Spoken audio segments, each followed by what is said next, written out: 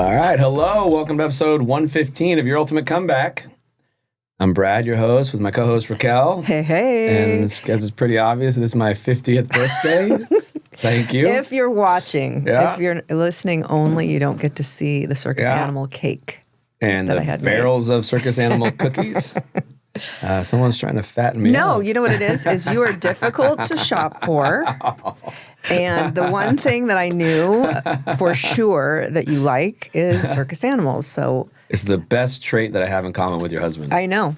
Like I said, when I had this all set on the counter, he said, wait, what are you doing with that? I hope you shared some with him. I didn't. That's like our male bond. You didn't? I didn't. You got to take some for him. Because it was up to the top, and I didn't want it to be, okay. You can, I'll tell you what, I'll bring him a piece of cake if you cut it. And some cookies, because that's our bro code. That's our bro code. That's our bro thing. Okay.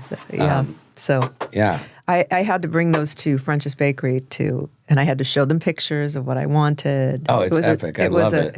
Well, you firstly just said pink. Well, I didn't even see the animal. All I saw was all the pink. I'm like, yeah, testing my masculinity here. Yeah. But it's awesome. Thank you so much. You're welcome. You are welcome. No dancing girls is the best I could do. I would much rather take Oreo or animal cookies, circus cookies, over dancing girls on the podcast. So. There you go. Notice I said on the podcast. Yes, there's not enough room in here, sadly, for the dancing girls. Yeah. So what do we got today? Today is going to be a fun one, right? Obviously I'm 50 today. Yeah. How's that feel? I was mentally prepared for it. I've been thinking about it for a while. Yeah. Did you think 49 was harder? Because I thought 59 was harder than 60. I'm not at the point yet where I'm having a hard time with it yet. Okay.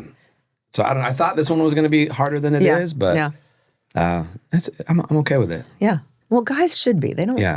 Guys don't look bad.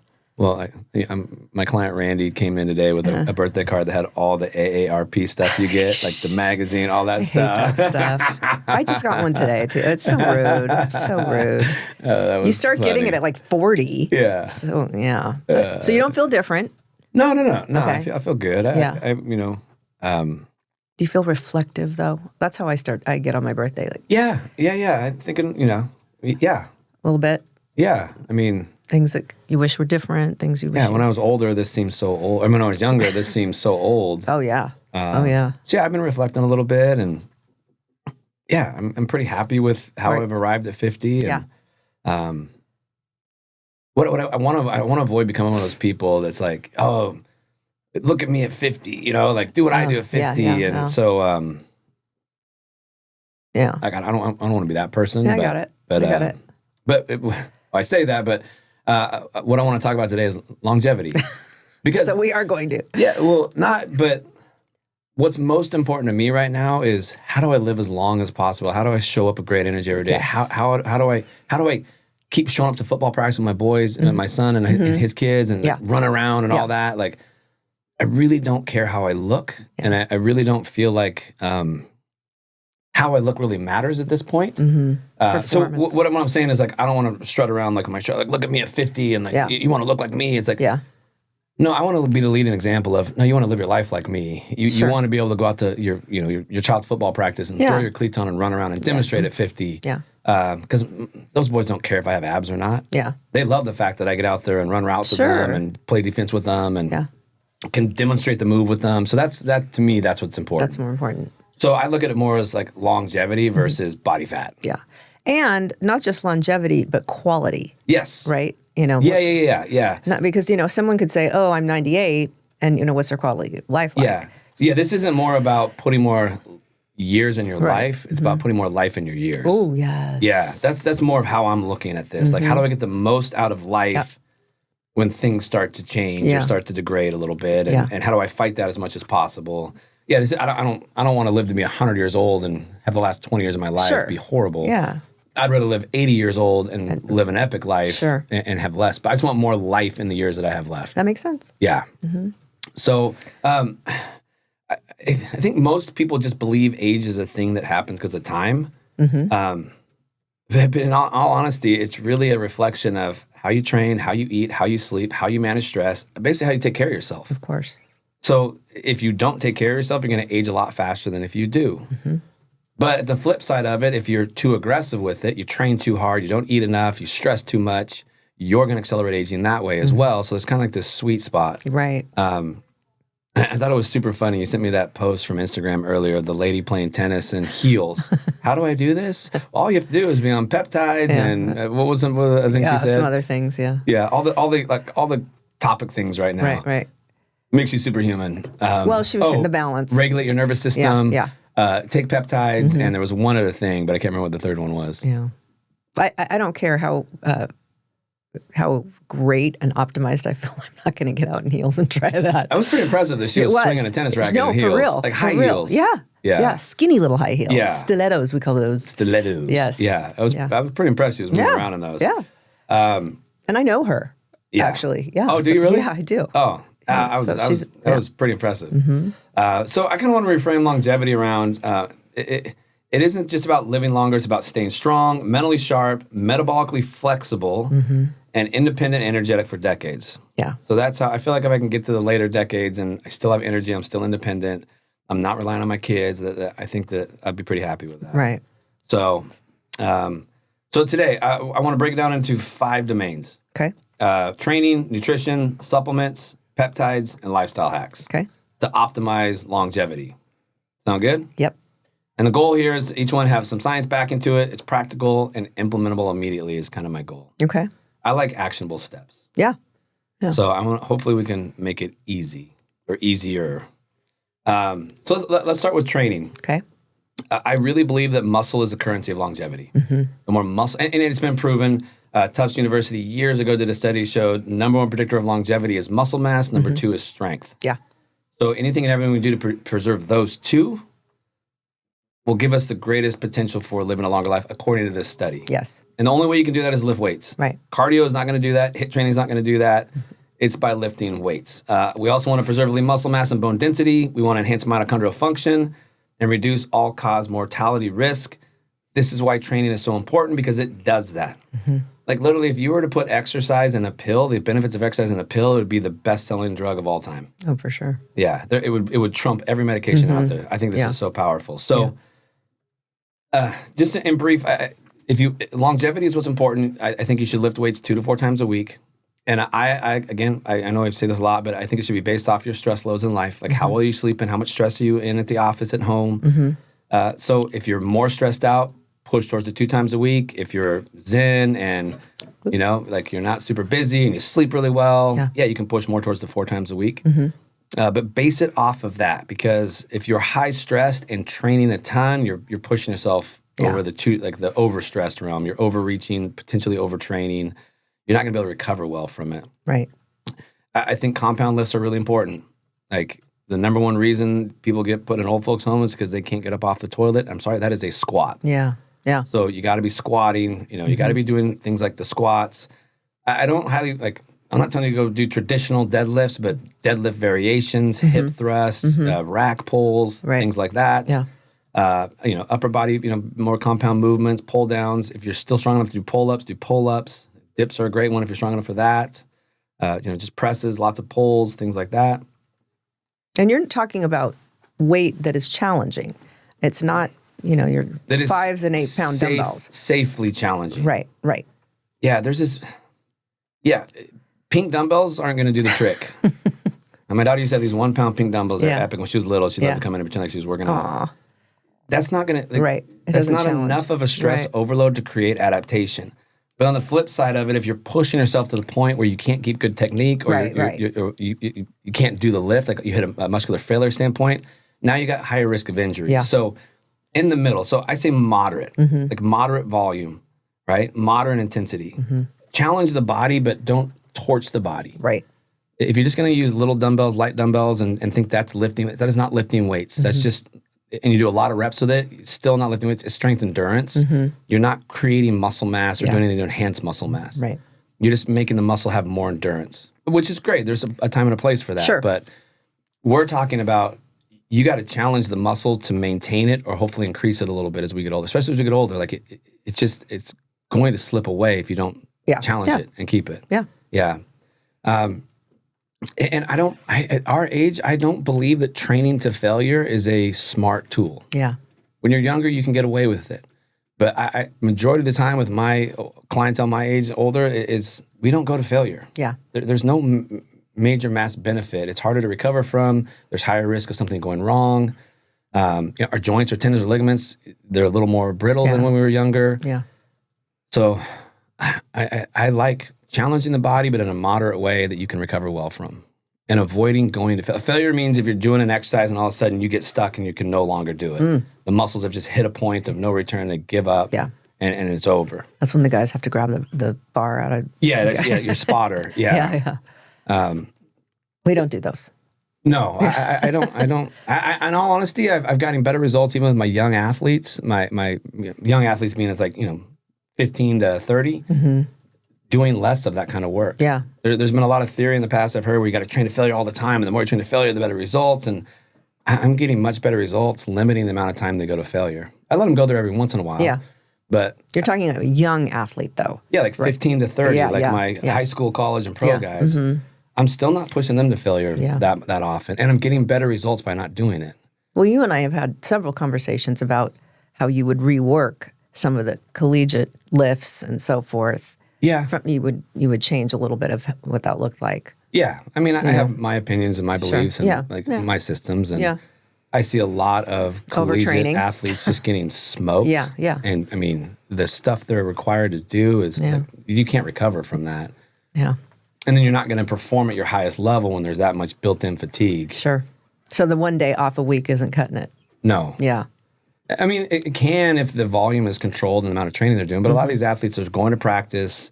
They're doing conditioning training on top of practice. They're lifting every day. Yeah. That's crazy. Pretty hard to survive. Yeah. I had no idea before my daughter became one. Yeah. How intense it is. Yeah. High school and college strength programs kind of scare me the most. Yeah. I think in America, there's a little typical response of we just have more athletes to pull from, so we have more genetic freaks that can survive that. Interesting. Smaller countries don't have that advantage, so their training has to be better. They have to build great athletes. Interesting. Yeah, I think our athletes a lot of the times are in a state of they're kind of surviving the training, and genetics can kind of play a role in that. Sure. Where other countries, they don't have that luxury. They have to build great athletes. Because when you look at training in other countries compared to ours, it's very different. Yeah. Yeah, we are very much do more. It's the American way. Do more. The harder you work, the more you do, the better you're going to be. Sure. And you're going to outwork the next guy. Yeah, it's getting better. I know on the professional levels, it's getting better. They're not doing that anymore. Yeah. A lot of teams started figuring out, if we back off, we don't have as many injuries. Things are going better. Amazing how that works. Yeah. So, and the biggest thing with the reason we want muscle is, one, it's the most metabolically active tissue you can have. So you're going to burn more calories at rest with it. Muscle that's been trained. It sucks in glucose, so it helps fight diabetes. It reduces inflammation and protects against frailty. We don't want to fall when we get older. No. And you have to have strength to be able to maintain staying upright and not falling. Right. So Yep. That's why I think lifting for muscle is important. I think zone 2 cardio is important. This is like on a effort level of cardio of 4 out of 10, meaning you're doing something, but you have a conversation the whole time you're doing it. Sure. It builds mitochondrial density, so it helps with the mitochondria, which is our powerhouse for all of our Doesn't energy. it also decrease stress? Yeah, it decreases stress as well. Brings elevates HRV, lowers blood pressure, lowers resting heart rate. So my rule of thumb is the higher someone's blood pressure is, the more of this we do in the beginning. The lower someone's resting heart rate and blood pressure, the less we do of it in the beginning. But it's always there at least a couple times a week. Sure. So how often do you like to see that added into most people's programming, though? Like a walk? This would be more than a walk. Oh, it would be. Yeah. Okay. This is like on the bike or something. Yeah. Your heart rate would be between 120 and 150, depending on conditioning level of someone. Okay. So not 115, walking typically 110. gets it 100 to 110. Okay. So walking is great because it doesn't have the training effect like this. But walking brings down cortisol hormones, stress hormones, makes you a little more insulin sensitive. It's very calming, so it's really good to do. Yeah. I think people should do a walk every day. Yeah. But the zone 2 stuff, 2 to 3 days a week. If you have high blood pressure, I'd push that more to like 5 or 6 days a week until the blood pressure comes down. Yeah. Yeah. So, but zone 2 improves fat oxidation and mitochondrial efficiency, which are both key drivers for metabolic aging. So we want to always make sure that this is in there. And the last one is the VO2 max work. I like this to be done once a week. This is the short short intense intervals. Okay. Now, VO2 max, why I say once a week is because it's very hard on the system. So that's why a lot of these like HIIT programs, things like that are just driving this kind of intensity, people are falling apart from it because it's the hardest thing to recover from. I find people can handle about once a week and recover well from it. An example of this would be, we call it a 4x4. So you go 4 minutes as hard as you can on some type of cardio, 3 minutes, straight, and then a 3-minute rest. Wow. So like if you're on an assault bike, it's like 4 minutes as hard as you can for 4 minutes. Awful. Yeah.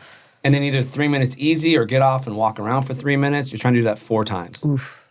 Yeah, it's brutal. That sounds brutal. Yeah, but it'll push VO2 max better than anything. Interesting. Yeah. And you notice it's only 4 rounds of 4 minutes, so it's not a ton of work. There's 16 minutes of work there. Yeah. But 4 minutes on an assault bike is a long time. Obviously, you're not going to be sprinting the whole time. It's going to be like it's just going to slow you down. Yeah. But you have to push the intensity of that level for those longer periods of time, 3 to 4 minutes, to really get the VO2 max. Now, if you have high blood pressure, do not do this. Get your blood pressure down first. Get your resting heart rate down first, so you can safely handle this kind of work. But just try that. Try it. It's 4 minutes as hard as you can on an assault bike. Or like you can go sprint a track, like just run 4 minutes straight on a track as hard as you can. And again, fatigue is going to limit how fast you're going, but you got to be pushing it. Yeah. This is like it's hard. Yeah. It's really hard. But really, in all honesty, you can really only handle that once, maybe twice a week if you're really fit.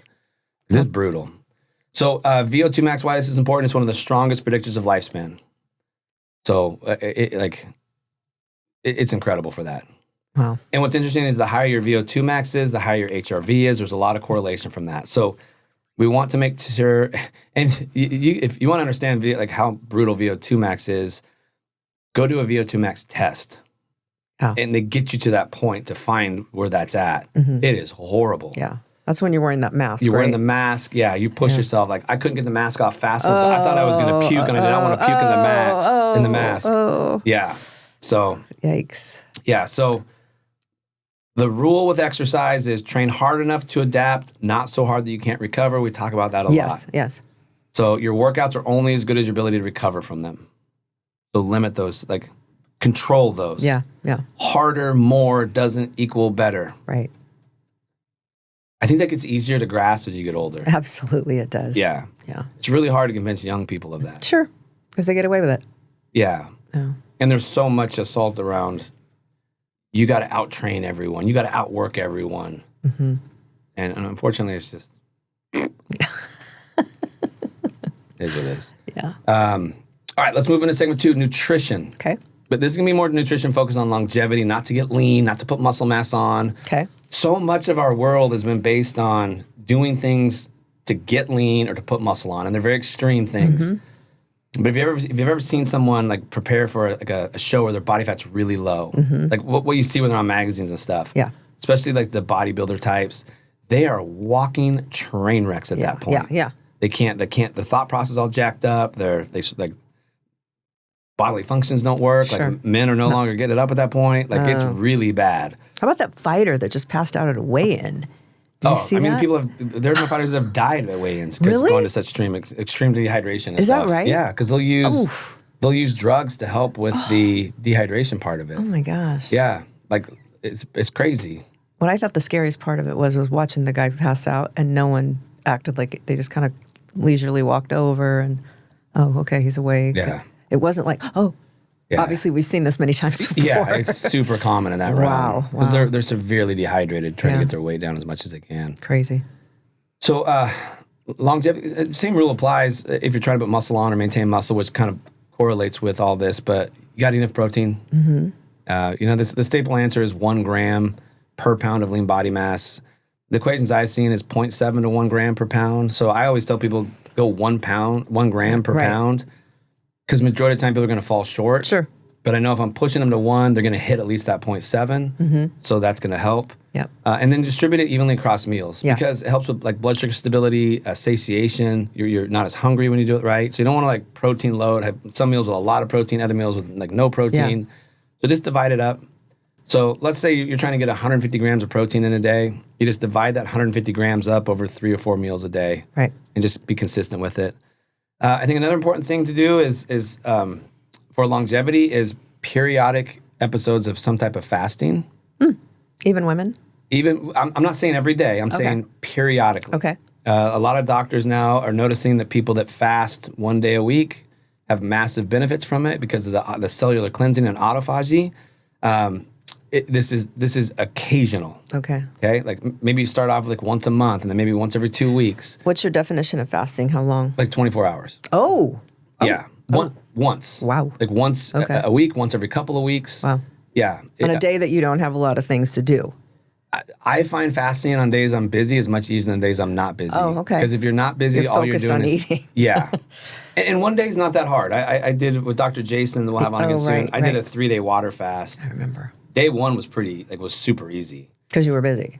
Busy. I was busy all 3 days. Oh. But just day one was, and Jason told me to do that. He goes, do it while you're working so you're busy. So you're not just sitting there thinking about it. Can you drink electrolytes or does that count as something? Yeah, electrolytes, yeah. Okay. Yeah, water, electrolytes, things like that's fine. Okay. If that's too intimidating, then just make sure you're getting at least a 12-hour fast from dinner to breakfast. So that's really easy to do. Sure. Yeah. Sure. So I think on a daily basis, like at least a 12-hour fast from dinner to breakfast every night, that really helps with this. It just gives digestion a break, allows positive things to happen within the body. Yeah. Overeating or eating so constantly all the time is not good for us. How do you feel about cutting off when you eat earlier in the day? That's great. Yeah. Well, there was I can't remember what country did a study on that. They found if 3 nights a week you have your last meal 4 hours before bed, there was a lot of metabolic benefit. And then someone else came in and they say, well, if 3 is good, 7 must be great. Oh, wow. And there was no added benefit doing it more than 3 nights a week. Okay. Yeah. Okay. So I mean, it's hard. Yeah. To do it early and to be done eating. Yeah, because that's when the stress is coming down. Yeah. That's when our brains are wanting things. Yeah. That's when our cravings are going to kick in. Sure. Trying to settle the whole body down. So I'm good with it. I think for sure at least 2 hours before bed every night is really important to help with better sleep. But if 3 nights a week, there's some metabolic benefit if you have your last meal 4 hours before bed. I definitely notice that when I eat too close to bed, my heart rate, because you're in the middle of digestion. stays up higher, longer. Yep. Yeah. Why this helps, short-term energy stress activates cellular repair pathways without suppressing hormones. Long-term under-eating really suppresses hormones. That's the problem with all these low-calorie diets, especially with women, is that they're not eating enough, thinking eating less is better, but it crushes their hormones, sex hormones. So we want to avoid that as much as we can. Same thing, if you go too long without eating carbohydrates, it's going to suppress testosterone. There's a lot of things that food do to regulate our hormones. And with this day and age, we're seeing so many, and there's other things like endocrine disruptors. There's all kinds of things, but so many people are trashing their hormones with overexercise and undereating, just trashing their hormones. So we want to watch that. Who was it that was telling me? Was it you that had a client? Maybe it was Jay. Someone had come in and they had a trainer previously that had said 800 calories a day. Oh my God. And then, no, that's not working. So let's go to 5. Yeah. Oh my God. That was me, yeah. And the client was training 7 days a week, 2 to 3 times a day. I can't even imagine that. That's like Biggest Losers BS. Yeah, well, and that's this person had put on like 20, 25 pounds in that process. Of doing what was supposed to be working, you mean? Yeah. Oh, geez. And the more they cut the calories, the faster the weight went on. Wow. It's just pure protection. Sure. Yeah. Body's like, holy crap. Yeah. It didn't work out too well. Yeah. And some meal timing things, again, like at least 12 hours of fasting from dinner to breakfast is really powerful, up to 14. Yeah. If you start trying to do the intermittent fasting, that can be a little too stressful for a lot of people. Yeah. I have seen it work for some people, but I see it not work for a lot of people. That was such a thing for a while. Yeah. Everybody was doing that. Yeah. Well, and a research piece came out that showed that if people just eat a little less calories than normal, they get the same weight loss benefits and all that as it. So avoid late night eating because that completely disrupts sleep. And then some good ideas on longevity-based food, fatty fish, berries, olive oil, leafy greens, fermented food. These have polyphenols, omega-3s, fiber to reduce oxidative stress and inflammation. So we want to make sure we're getting good fats in and good sources of fiber.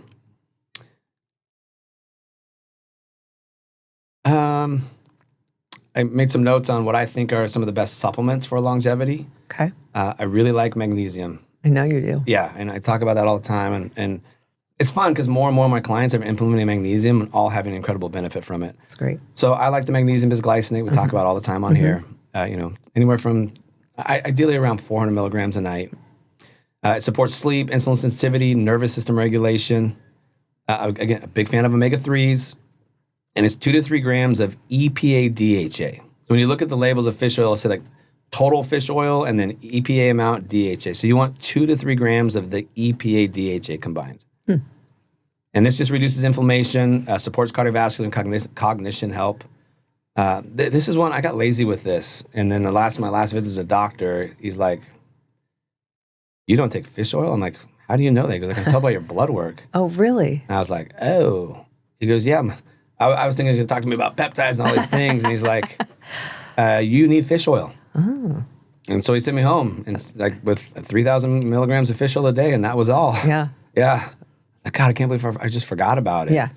Well, it gets to be so much, Brad. There's so many things. Yeah, that's why there's like foundational stuff that's super important. Right. But that gets lost in the mix of all the hot, sexy, new, trendy things. Absolutely. So, again, magnesium and fish oil I think are phenomenal. Vitamin D and vitamin K I think are really phenomenal. And creatine. Yeah. I feel like those 4 are really good as like a staple everyday thing for everyone that's interested in longevity. Yeah. Another like bonus one that I really like that I've re-implemented in my life is glycine right before bed. 3 to 5 grams of glycine before bed improves sleep quality, brings stress hormones down, calms the nervous system down. It also supports collagen and detoxification while you sleep. I implement it. So what I do before bed, I think I talked about this, is I do magnesium with vitamin D and vitamin K and the glycine powder. So what's powder and what's the supplement of those? Well, you can get capsules of any. No, I'm just curious what your cocktail is. I don't like pills. Okay. So I have magnesium powder, I have vitamin D, vitamin K drops, and I have glycine powder. Okay. I just mix it in water and drink it right before bed. Okay. It doesn't taste like anything? The magnesium powder that I use the Thorn version. Oh, yes. It has a good berry flavor to it. Yeah. Glycine kind of has like a sugary taste to it. Okay. And the vitamin D, vitamin K don't taste like anything. Okay. So I think it's pretty good. Okay. Yeah.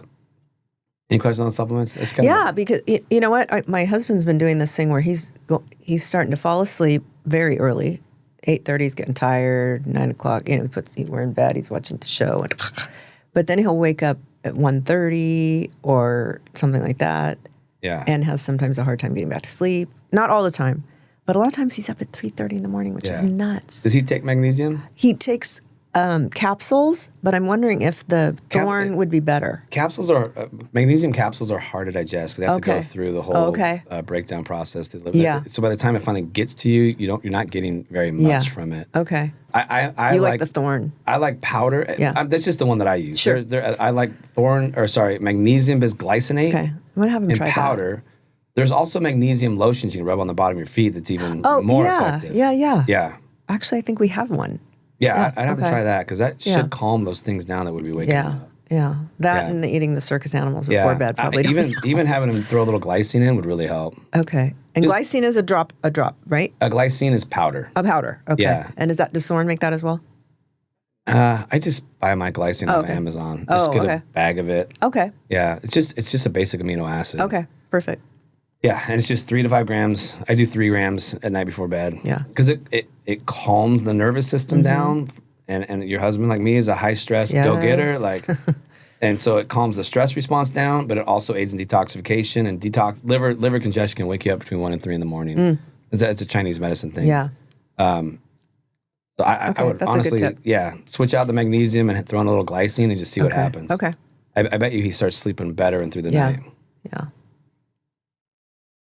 Let's talk a little bit about peptides. Okay.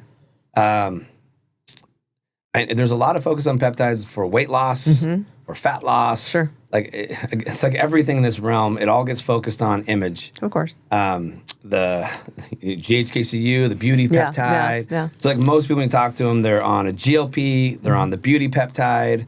NAD. All these things. But NAD is a great, it's a coenzyme, not actually a peptide. Right. This is one you can kind of just take, a couple times a week for as long as you want. NAD really starts to get low as we get older. Yeah. So it's a nice one to have in there because it really helps with longevity, helps with anti-aging. It's really good. So that's definitely one. But the peptides that I think have more of a benefit for longevity are the mitochondrial supporting peptides, tissue repair and recovery peptides, and brain, like neurocognition peptides. Yeah. So, like for examples of mitochondrial support, NAD would be an example of a mitochondrial support. MOTS-C is an example of a mitochondrial support. SS31 is a great one for mitochondrial support. Tissue repair and recovery. Most people have heard of BPC-157. Sure. That's a great one because it supports connective tissue, gut lining, systemic repair. TB500 is great. KBV is great. All these peptides help with inflammation and recovery. I also think immune support's really important as we get older too. So like thymosin alpha-1 is a great one to work in. And again, these aren't going to have much effect with how you look. Right. They're going to have more effect with how you show up, your energy. They'll help. I mean, you improve mitochondrial function. MOTS-C has a little bit of blood sugar stability support in it and kind of mimics exercise. That's why it's so powerful. Remember if I said if you could put the benefits of exercise in a pill, it'd be huge. MOTS-C is that. From a peptide standpoint, it mimics exercise when you take it. And then neurocognition support, things like CMAX, Solonc. There's now BDNF that's out. Yeah. There's a few good ones. But anything you can do to support the brain and keep that healthy and inflammation away from the brain and fully intact, I think that's really powerful. Yep. So if you're looking for more life in your years, you want to look and talk with some experts more around mitochondrial function, tissue repair and recovery, brain support. Yeah. I think that's really big. Why I think peptides matter is because they enhance cellular communication. So these are all things that we have that as we get older, they start depleting or not working as well. So all we're doing is optimizing cellular communication, like signaling support. So these things attach to receptors and just tell those receptors to do things like they used to do them at a higher level. Yeah. So they're pretty good. Again, not one size fits all. That's why I didn't like for example, you love NAD. It feels incredible. I don't feel much from it. Yeah. I like MOTS-C. Right. I don't think. Did you really feel much from MOTS-C? No, zero. Yeah. So like, they're all very different. Yeah. So don't think that there's and that it's a one size fits all. It's not. Yeah. A couple mistakes that I see people making, in my opinion, is taking way too many at once. Yeah. I'm talking to so many people lately. They're taking like 8 or 9 peptides. Really? That many? I'm like, what do you? Because you don't know what's working. You don't know what's working. Yeah. But they're not a super, like they're not the superhero response to health. Yeah. Like they come across like they are going to be the game changer, like the secret sauce that's going to change everything. And I think if you're taking good care of yourself and you're doing all the right lifestyle stuff, they're really powerful. Sure. But if you're not and you just start injecting yourself with peptides thinking that's going to change everything, it's not going to do a whole lot. Yeah. So. But it's like, you know, anything, there's, you know, like what you were just talking about. Nutrition, training, we haven't talked about sleep yet, but a little bit. But all of these things have to be in place first, right? Yeah. I mean, you can't just say, oh, what's the shot that I'm supposed to take to help with all of these things? Now, you can take high levels of GLP and override all that stuff. Like, you know, high enough levels to where now you can't eat. You know, like you can override for weight loss. Yeah, right. But not best case scenario. I don't think that's the best way to use them either. Yeah. But lifestyle dictates better success if you're using peptides. Peptides are not the answer. They're kind of coming across as like the ultimate solution. Yeah. And I don't like that. I'm struggling with that. That like, oh, this is the magical answer, and this changed my life, and I'm shredded now because of peptides. It's like, no, you're not. You're shredded because... I love when I send you those pictures. I'm like, is this person just on peptides? Yeah. You're like, no. But even the person that's on peptides that's really lean, it's not the peptides that did that. Sure, there's other things in play. It's all the other things in play. All the foundational stuff is in check. Yeah. Now maybe the peptides took them over the edge a little extra farther. Like gave them a little added bonus. Right. But what these people are doing is like, this is the game changer. Look how I look. All you got to do is take these peptides, buy them from me, and bam. It is what it is. But the foundational tools have to be in play for peptides to have that kind of an impact on things. Yeah. All right. Last segment, lifestyle hacks that move the needle. Okay. You just brought it up. Sleep. This is the master lever. The master. Yeah. I think sleep is the master lever. You got to get 7 to 8 hours a night minimum. You want consistent sleep-wake cycles. So going to bed about the same time, waking up about the same time, 7 days a week. Yep. And morning light exposure is really important. Get outside, look at the sun. Yeah. That sets the circadian rhythm, and you'll be much healthier and have a much more productive, happier life if you sleep well and start off the day exposing yourself to sunlight. It wakes everything up. Yeah. So sleep drives hormone regulation, immune repair, and brain detoxification. So if you want to stay young in your older years, this is really important. Stress management is really important. So daily down regulation practices, things like breathing, walking, sunlight. That's why I like walking so much. Yeah. Is that walking really helps with the stress management. So if you're feeling a little stressed out, go for a walk. I don't know why that's so hard for people to do, myself included. When I'm stressed out. Because you think I don't have that much time. Yeah, I can't do that right now. I got to do that. Yeah. And if you just go for the walk, it would clear everything. Sure. And then social connection is really important. Those types of things really bring the stress response down. So chronic cortisol, chronic stress hormones accelerate the aging process. Mm-hmm. So if you want to get old fast, stress the hell out of yourself. Don't practice meditation, yoga, walking. Mm-hmm. Like just stress yourself out like crazy and you will accelerate and age very fast. Yeah. I think social and purposeful living is really important. So strong relationships and meaningful work are really good for longevity. Which is hard because most of us when we're young don't get into jobs that are meaningful. For a while. We get into jobs that make us money. Mm-hmm. And most people hate their jobs. Sadly. But they get stuck in them. Yeah. And that will accelerate aging. If you hate going to work every day and it stresses you out, like I see that all the time. Yeah. You got to love what you do, and then relationships are really important. So social isolation increases mortality risk as much as smoking. That's why this is so important. Wow. If you do not have strong relationships, you're not out in social connections and social circles, you might as well be a smoker. It's that damaging. Wow. Loneliness is a very viable thing. And I think a lot of people felt that during COVID. Mm-hmm. Like being isolated is miserable. Yeah. It is the most stressful thing ever. Right. And then last thing, environmental hygiene. Reduce endocrine disruptors. Yes. There are all kinds of things in our environment that are like, for example, estrogen modulators. They get into our system and they act like estrogen. Mm-hmm. So we want to limit those, and we want to make sure we get good air and good water quality that we're drinking. Yep. So because all those things all have toxins, get into our system and can raise havoc. So reduce endocrine disruptors, make sure you're getting good air, and make sure you're drinking really good high quality water. Yep. I think it's a big game changer. Agree. Anything you want to add to that? Not really. You covered a lot of bases on that. Yeah. I like it. So again, like no part of here does it say being super lean is the answer to longevity. I just want to point that out. Like well, there was something I think I remember reading a long time ago that was true, though. Being very thin was a greater indicator. No? I'm just talking about, I don't know, am I imagining being this? thin or being super lean? Oh, different. Because you can be thin and still have enough body fat to function well. Fair. If you get too lean, you're going to create some havoc on your system. Right. We're not meant to be, guys aren't meant to be walking around at 3% body fat. Women are not meant to be walking around at 10% body fat. Yeah. But everyone thinks they should. Yeah. Well, we had this conversation that the men get jacked for the men and the women get lean for the women. Yeah. That's not exactly what. No, they don't get lean for the women. They get super skinny for the women. It's happening. You're right. Yeah. It is like you talk to any of my friends, myself included, like we don't want a rail thin wife or girlfriend. Yeah.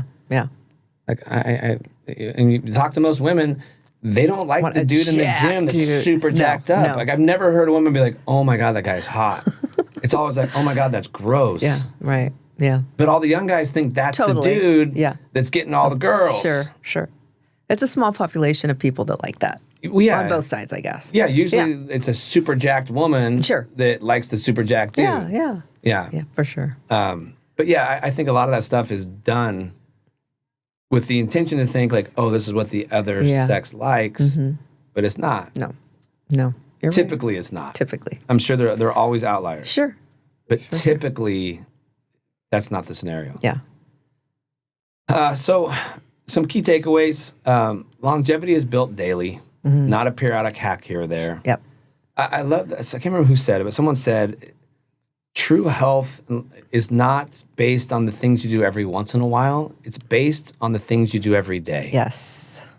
That's why habits. That's why eating is so much more impactful than working out, because you're typically eating 2 to 4 meals a day, every day. Right. You work out 3 to 4 times a week. Yeah. So you have a lot more exposure of things to be healthy or non-healthy. So it's these daily practices that add up over time or degrade you over time. Sure. So if you're cheating some of these things, they're adding up in the degrading category. Like they are slowly breaking you down. I'd add alcohol to that list. Oh yeah, 100%. I would. There is nothing healthy or positive about alcohol. Right. Someone just came out, and one of the scientists is like, there's not one study that shows alcohol is good for you. Right. They all show it's damaging to you. Right. Yeah. So it's even in moderation. Even in moderation. Yeah. Even any little bit of it is a toxicity to your body. Right. So yeah, I think limiting alcohol, especially from a longevity, anti-aging standpoint, is hypercritical because that stuff will age you super fast. Smoking will age you super fast. Yeah. So anything that builds up inflammation and causes havoc internally is obviously degrading you. Yeah. And over time, it will compound on itself. Agree. Muscle, sleep, and metabolic health are non-negotiable. And then supplements and peptides enhance, but don't replace the foundations. Sure. I want to be like really clear on that. Yeah. There is no supplement, there is no peptide that's going to overcome a bad diet, that's going to overcome bad sleep, that's going to overcome excessive exercise. That's not what they're there for. They are just things that enhance, don't lay a foundation. Yes. And then recovery is as important as effort. In my world, I think it's more important than effort. I have people that are doing too much effort-wise. Yeah. I was just having a great conversation with a guy today. He's like, I just had this thought, like, I'm 40-something years old, and I'm still grinding. Yeah. And I asked myself, why? And I don't have an answer to it. It's like all I know. Because I don't have to grind. Yeah. But if I'm not grinding, I feel like something's wrong. And he's like, I'm sitting here asking myself today, like, I could go get on the ice with my daughters and skate and play some hockey with them. Sure. But in my head, I'm thinking, I can't do that. I got all these emails I got to answer. But he's like, 20 years from now, when this moment's over, am I going to care about those emails? Yeah. So he's like, but this is this internal conflict I think a lot of people have. Yeah. So it's kind of my thing. I like it. Yeah, my closing thought. You don't need to do everything. You just need to do the right things consistently. Yes. Yes. Very good. Yeah. Very good and very apropos for the 50th birthday, I think. Yeah. I've been thinking a lot about this because I've been like really thinking like what is important to me with my health, my fitness. Because I kind of detach, like I don't, for a long time I was on that train of I want to look a certain way and felt like that was super important. And I just don't have that desire. Like I wish I didn't. I still do. Yeah. Like I don't like, it's not my driving effort to go work out. Like I got to go work out today because I got to look this, I got to stay this look. Yeah. But now that I'm kind of switching my tune and what's taking some time to figure out what's really important to me, like these are kind of what I think are the more important things to implement if your focal point or goal is more focused on the longevity and life in the years you have left. And I don't want to spend extra time in the gym every day training by myself. No. So the 2-hour workouts are over. Yeah. I have implemented, I started training with my son 3 times a week. I know you said. And that has been the most epic experience. Yeah. But that's for other reasons too. That's epic. Yes. Right? Like he's super into it. And I know it's making him better. Yeah. I mean, it's great daddy-son time. Yeah. It's not super challenging for me, but it's getting me in there and allowing me to want to be in the gym. Sure. Because it's just epic time with him. That's awesome. Yeah. And watching him just get stronger and get excited and flexing in the mirror. I love it. I love it. It's great. So they watch what we do. Yeah. 100%. Yeah. Excellent. Sweet. Well, happy birthday, Brad. Thank you. You're welcome. I'm going to go have a nice sushi dinner and a nice quiet evening. Love it. Can't wait. Sounds good. All right. Until next time. All right.